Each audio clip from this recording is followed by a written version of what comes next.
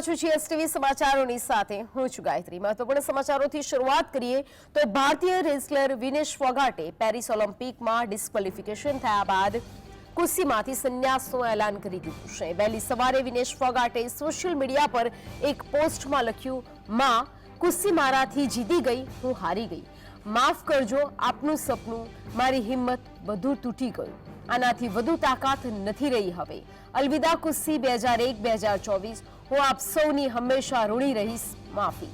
જો કે નિવૃત્તિની જાહેરાત કરતા પહેલા તેણે બુધવારે રાત્રે પોતાની ગેરલાયકતા સામે અપીલ દાખલ કરી હતી।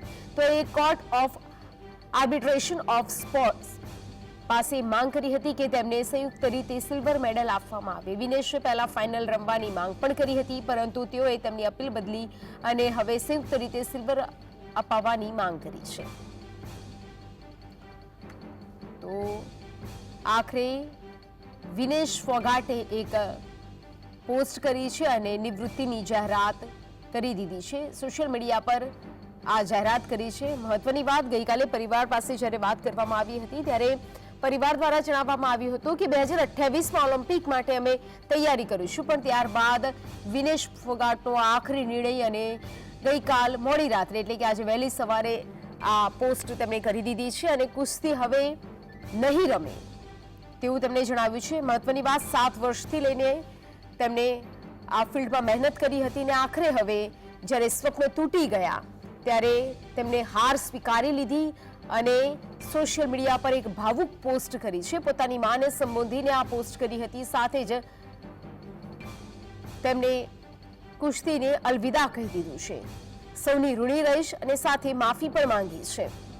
તો ભાવુક પોસ્ટમાં જણાવ્યું, હું કુસ્તી હવેથી નહીં રમે તેઓ 2001થી 2024 દરમિયાન એટલે કે 24 વર્ષ દરમિયાન તેમણે કુસ્તી રમી હતી।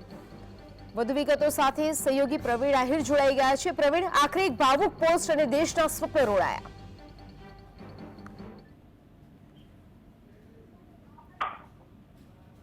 જે ગઈકાલ ના સમાચારો છે પેરિસ ઓલિમ્પિક થી અથવા એ વ્યક્તિને લઈને કે જે ભારતને એવી ઉપલબ્ધિ અપાવવાના હતા કે જે આ પહેલા કોઈ પણ ભારતીય એથ્લીટે રેસલિંગમાં નહોતી અપાવી અને લગભગ નિશ્ચિત હતું કે કદાચ આ પ્રકારનું સ્ટેટમેન્ટ કે ટ્વીટ કે નિર્ણય કે કોઈ પણ વસ્તુ છે એ વિનેશ ફોગાટ તરફથી આવશે।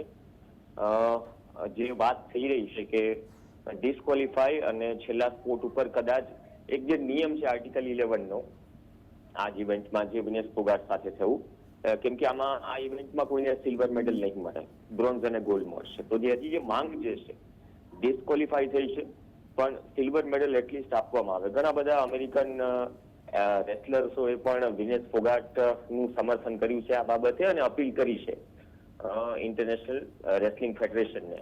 પણ નિયમ કદાચ આ ઇવેન્ટથી નહીં તો કદાચ આવનાર ઇવેન્ટથી બદલાય, પણ જે પરિસ્થિતિમાં આ કદાચ તમામ ભારતીયો માટે તો એક વસ્તુ છે કે આહટ થાય એવી વાત છે, બહુ લાંબા સમય સુધી ખરાબ લાગે એવી વાત છે, પરંતુ એક સ્પોર્ટ્સમેનના કરિયરમાં, એમના ફેમિલીમાં કદાચ આ જિંદગીભર ન ભૂલાય એવી ઘટના છે। કદાચ આપણે તો વાર તહેવારે મેન્શન કરતા રહેશું, યાદ કરતા રહેશું, પરંતુ એક જિંદગીભર એક રેસલર એના લાઈફનું સૌથી મોટું ડ્રીમ છે એ ડ્રીમ આ રીતે અધૂરું છોડી શકે છે અને કુસ્તી છોડવી પડી શકે છે। અધરવાઇઝ આ પ્રકારે સ્ટેટમેન્ટ કે સોશિયલ મીડિયા પર પોસ્ટ ન કરવી પડે કે કુસ્તીએ મને હરાવી દીધી।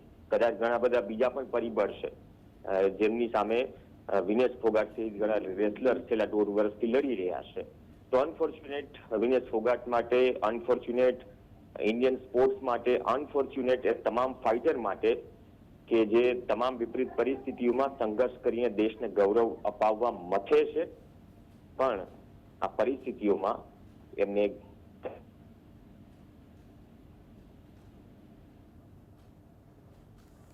પ્રવીણ જોડાઈ માહિતી આપવા બદલ